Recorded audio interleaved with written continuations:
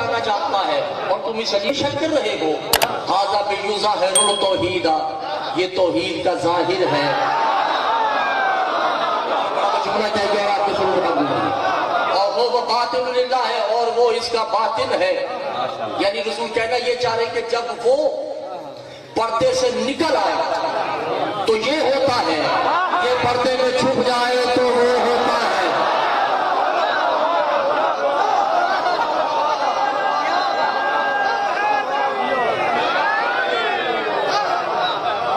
ھذا یظاہرکم ھذا عبادت کل، اور یہ کل عبادت. توجہ نہیں کرتے اور کس اللہ پہ گمنڈ کرتے؟ تم تو جانتے ہی نہیں تھے کہ اللہ کیا ہے. نسل وعد بعد نصالحکم، تمہاری نسلیں بھی نہیں جانتی تھی کہ اللہ کیا ہے. ہم نے بتایا ہے کہ اللہ کیا ہے، مگر کم وقت و شکر کرو ہم نے بھی دکھایا نہیں کہ اللہ کیا ہے. اور خدا کی قسم بات جملہ پھر سے گزر گیا. ابھی تو ہم نے صرف بتایا ہے، دکھایا نہیں کہ اللہ کیا ہے.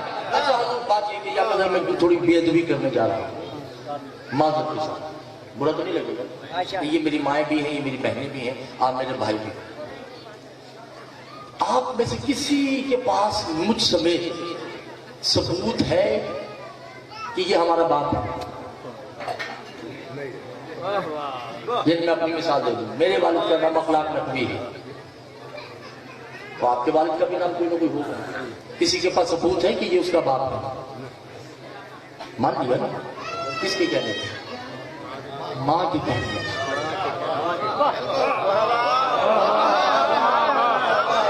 میری بات نہیں سمجھ رہے ہیں. ماں کے کہنے پہ میں نے اخلاق نقوی کو تسلیم کیا ہے، وگرنہ میں گواہ نہیں ہوں کہ یہ میرا باپ ہے. توجہ نہیں کی اور بات سے گزر گئی. میں چشمدید گواہ ہوں کہ اخلاق نقوی میرا باپ ہے. میں نے ماں پہ یقین کیا ہے کہ اخلاق نقوی میرا باپ ہے. ابھی یہ 32-33 سال کی زندگی میں میری ماں کہتے بیٹا تمہارا باپ اخلاق نقوی نہیں فلاں آدمی ہے، تو مجھے تسلیم کرنا چاہیے یا نہیں؟ شاباش، کرنا پڑے گا کیونکہ پہلے کو بھی میں نے اسی کے کہنے پہ مانا ہے. شادی میں کتنا بڑا فلسفہ چھڑ کے بیٹھ گیا اور میرے سامنے کے سر سے بات گزر رہی ہے. حضور اللہ کو تو کسی نے دیکھا نہیں، مانا کس کے کہنے پہ؟ محمد کے. اب محمد کی مرضی کہ کسی اللہ بنا دے،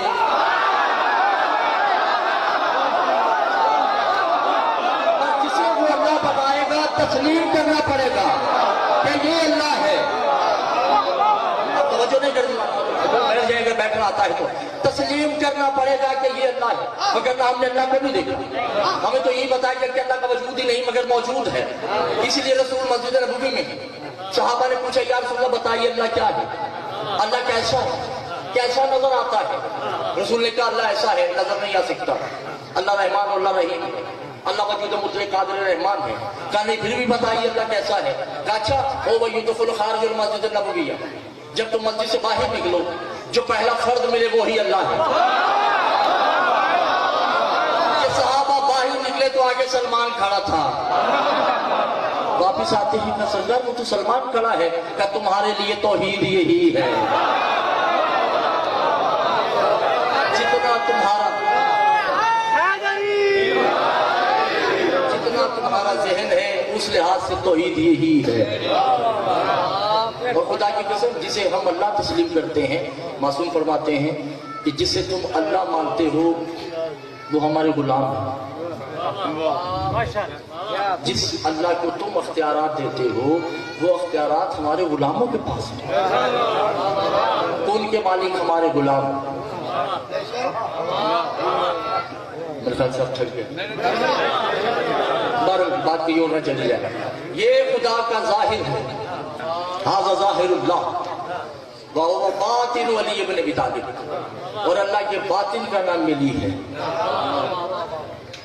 وَقَلْبِهِ قَلْبُ لَا يُقَلِّبُونَ يُتَحَرَّكُ، اس بے دل کے دل کی دھڑکن کا نام علی ہے.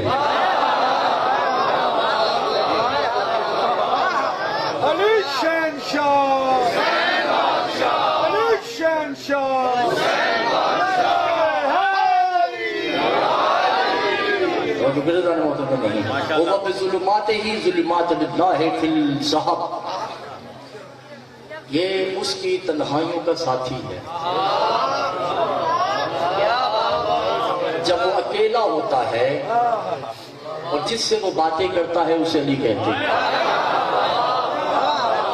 اور علی جب تنہا ہوتا ہے یہ جس سے باتیں کرتا ہے اسے اللہ کہتے ہیں۔ توجہ نہیں کرتے جان محترم، ھذا عبد ھذا المعبود، یہ عبد بھی ہے یہ معبود بھی ہے۔ ھذا ساجد والمسجود، یہ ساجد بھی ہے مسجود بھی ہے۔ ھذا خالق ہو و خالق ہی، یہ بھی خالق ہے وہ بھی خالق ہے، یہ دونوں خالق ہیں۔ ایک بندہ کھڑا ہوتا ہے وہیں پہ کہ یا رسول اللہ دو خالق ہو گئے، اس خالق میں اور اس خالق میں کیا فرق ہے؟ رسول مسکرا کے کہتے ہیں کم وقت کیا یہ کم فرق ہے؟ وہ اس کا خالق ہے یہ تمہارا خالق ہے۔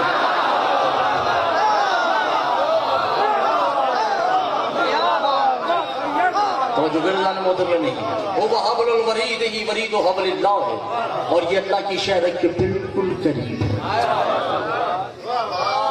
وہ حمدہ نصلیھا، اور وہ اس کی حمد کرتا ہے اور یہ اس کی حمد کرتا ہے۔ توجہ نہیں کرتے جان محترم، ھذا ملائکۃ رب السماء، آپ نے آیت سورہ بقرہ میں ہے کہ اللہ فرشتوں کے جھرمٹ میں آسمان سے نازل ہوگا۔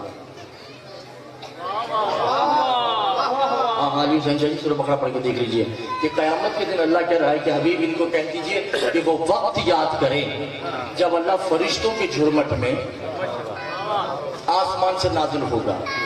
لقاء اللہ، اور پھر یہ اللہ کی لقاء کا انکار نہیں کر سکتے، یعنی لقاء کہتے ہیں جیسا، کہتے ہیں نا ماں لقاء، خورشید لقاء، یہ چاند جیسا نظر آتا ہے، یعنی اس وقت یا تو اللہ آئے گا، اگر تسلیم کرے کہ اللہ آ جائے تو کافر ہوتے ہیں، یا پھر ماننا پڑے گا کوئی آئے گا جو بھو بھو اللہ جیسا ہے۔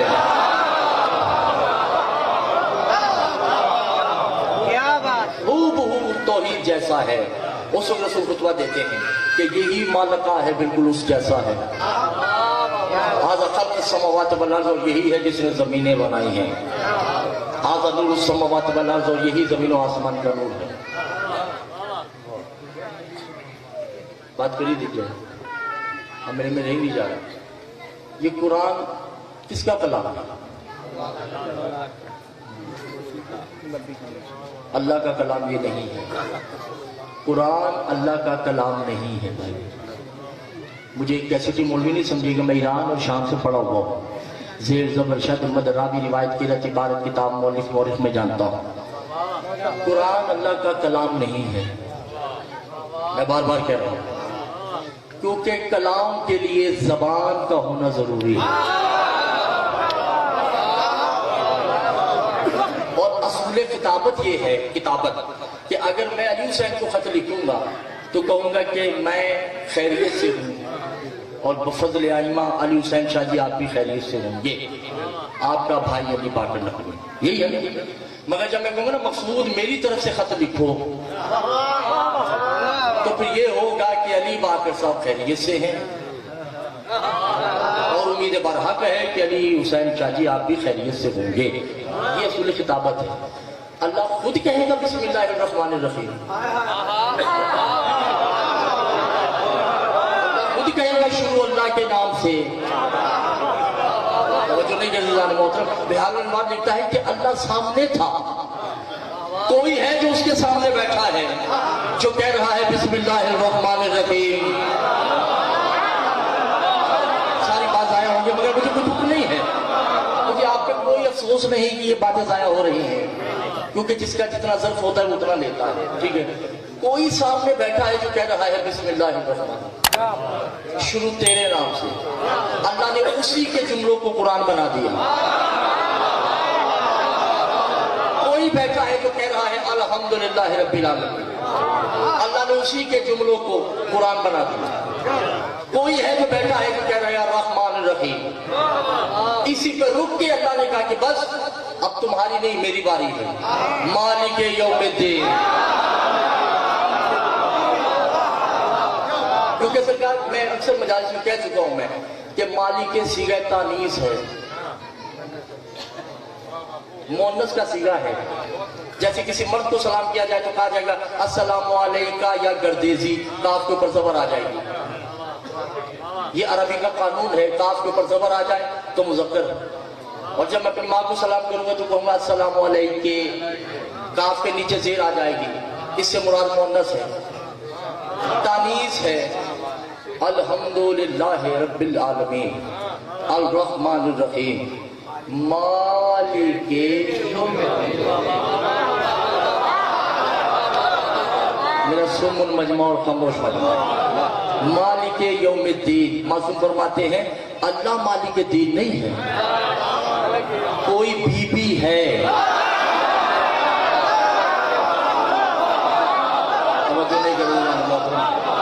مالک یوم الدین کوئی مستور ہے, ایاک نعبد و ایاک نستعین, اسی کی عبادت کرنی ہے,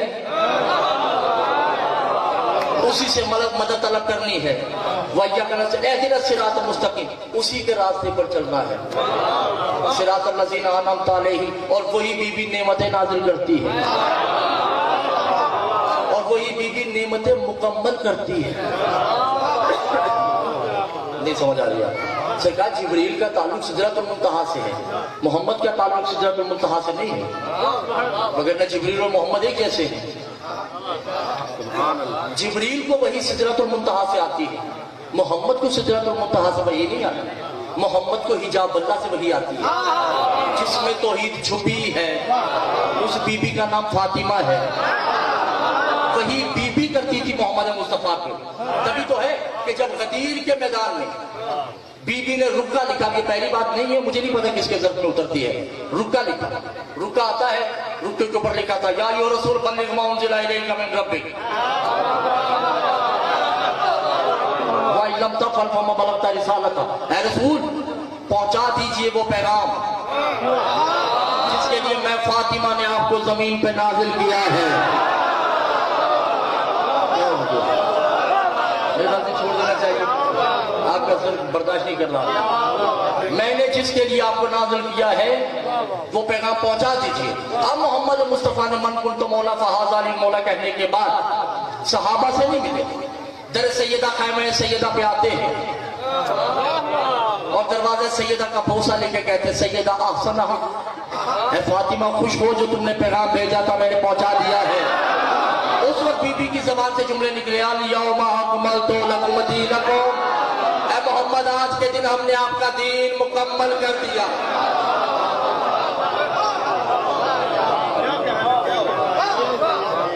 بس میری اتنی عبادت کو قبول کیجیے, طبیعت ناساز ہے. باقی سفر بھائی خوب مسائل پڑھیں گے, میرا سچائی کافی ہیں. درود پڑھیے محمد والا.